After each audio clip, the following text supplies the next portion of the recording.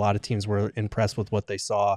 They believe that it will get better. As Dunn said, it's still a work in progress. It's not going to happen overnight. But hopefully there is a path to him just being respectable from three, because if he is, he's going to be one of the late first-round steals of this entire draft.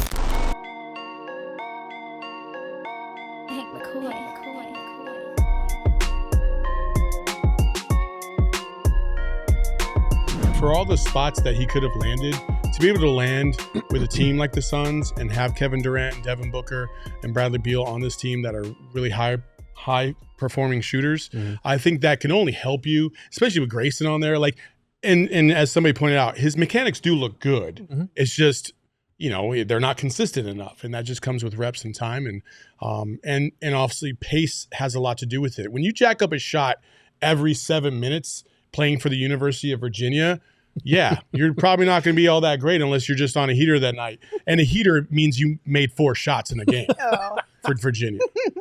Cavaliers. Well, listen, let me help you guys out, because of course he was asked about the jump shot, right? As well as the pre-draft workout. Here's what he had to say.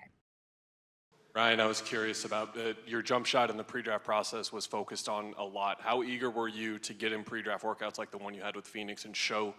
Excited. I was so excited.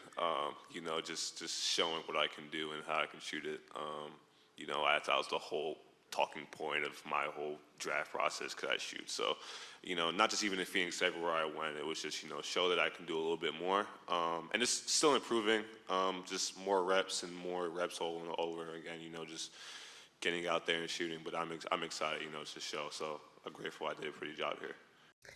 Okay, 2 things. One, I left Kellen's a question in there specifically so that you guys could see how eager he was to answer that question, that he actually cut Kellen off before he was able to finish the question because Ryan was so eager to share some thoughts and give answers around his jump shot. But after that he answered that question, another reporter followed up and asked him if he thinks that the percentages from college misrepresented what he thinks he can bring to the table. And here's how he answered that.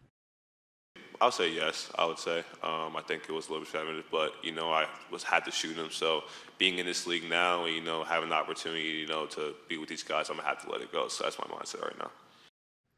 So he's confident in himself that he will be able to grow and develop in that area and bring something positive to the table. I love that. That arm ain't going to know what to do when it shoots 8 times in a game. It's going to be worn out by the second half. You got something against Virginia? He's going to be in the gym all summer. No, listen, I have mad respect for the University of Virginia. They have a great program out there. It's just, I do think that sometimes things can be a little skewed because of the system that they run.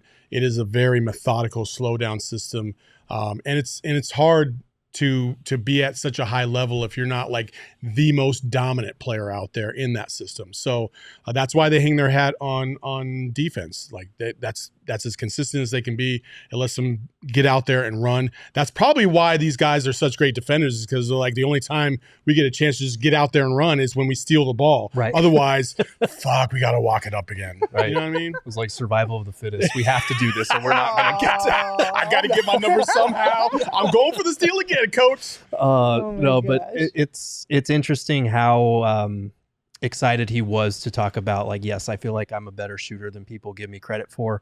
And we heard the pre-draft buzz heading into the draft about like he was impressing teams in workouts with the way that his shot looked. So I actually did get to ask James Jones in a scrum after the press conference about what he showed on the offensive end in that workout and how his shot looked. And this is what Jones had to say.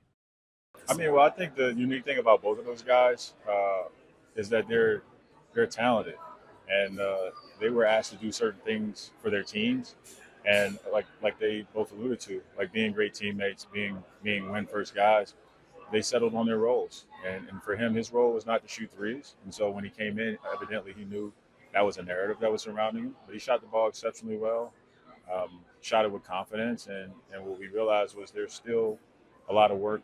A lot of room for growth, but the fundamentals and the basics are there.